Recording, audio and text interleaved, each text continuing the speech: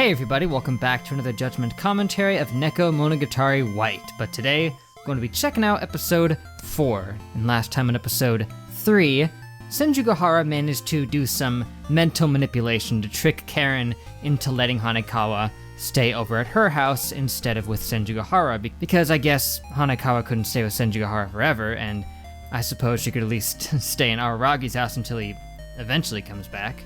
So that's nice. She even got to sleep in Araragi's bed, which not sure how she's gonna feel about that one, or how he would feel about that, but besides that, there's also the matter of Tsuruga. Turns out that Araragi, in his absence, has texted Tsuruga, saying that he wants to meet her at the cram school to tell her something important, which was, of course, unspecified.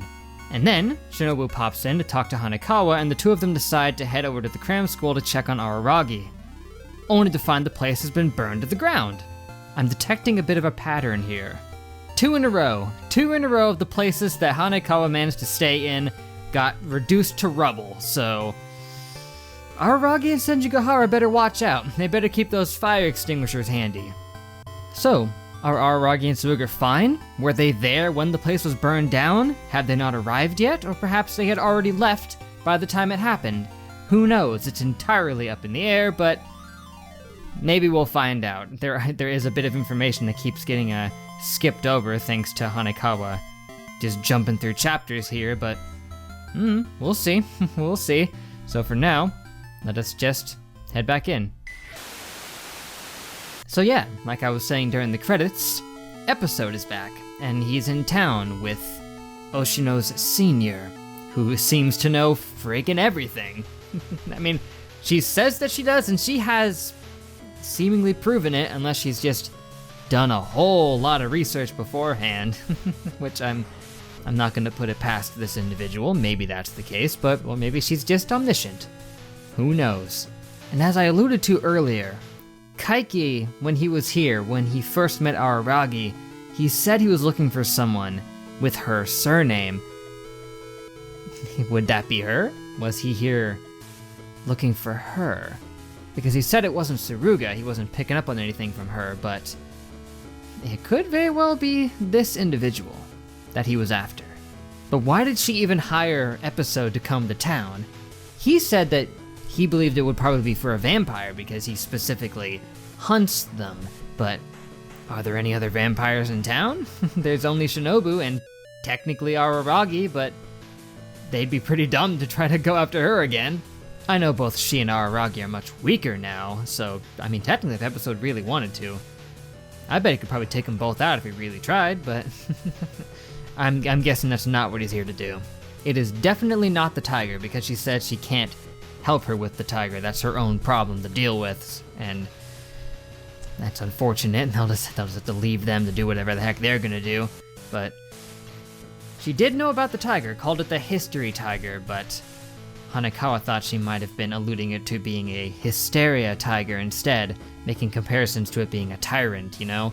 Something even beyond that, something even stronger and more scary. She said it was an apparition of just immense proportions, beyond anything that had been around beforehand, which, if that's the case, she's pretty much just screwed then, right? Unless she can defeat it not physically, but rather on some kind of psychological level.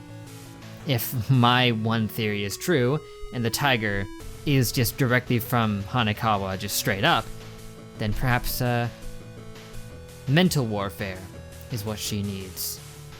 The current fate of Araragi and Tsuruga is up in the air. We don't know where they went, if they made it to the cram school at all, if they're safe. It's unknown, but I'm pretty sure they are, right? At this point, I would think we'd know if something really bad happened. But really, there weren't that many opportunities to find out. We don't even know what happened to Shinobu. They were both just there at the wreckage, and then that's the last we saw of her. Oh, and I almost forgot to mention, how did I neglect to say it until now? Araragi's mom. We got to meet her at last. She just popped in out of complete nowhere and just starts going with the psychoanalysis of Hanekawa. She can't seem to avoid that. Everyone's doing that with her lately, but she in particular just let her have it. She was very blunt and direct about, hey, you can cut it with the I'm heading out thing. Don't feel like you're a member of the family because we're not taking you in. I mean, that's fair, I guess, but man, that was just a kind of rude way to say it.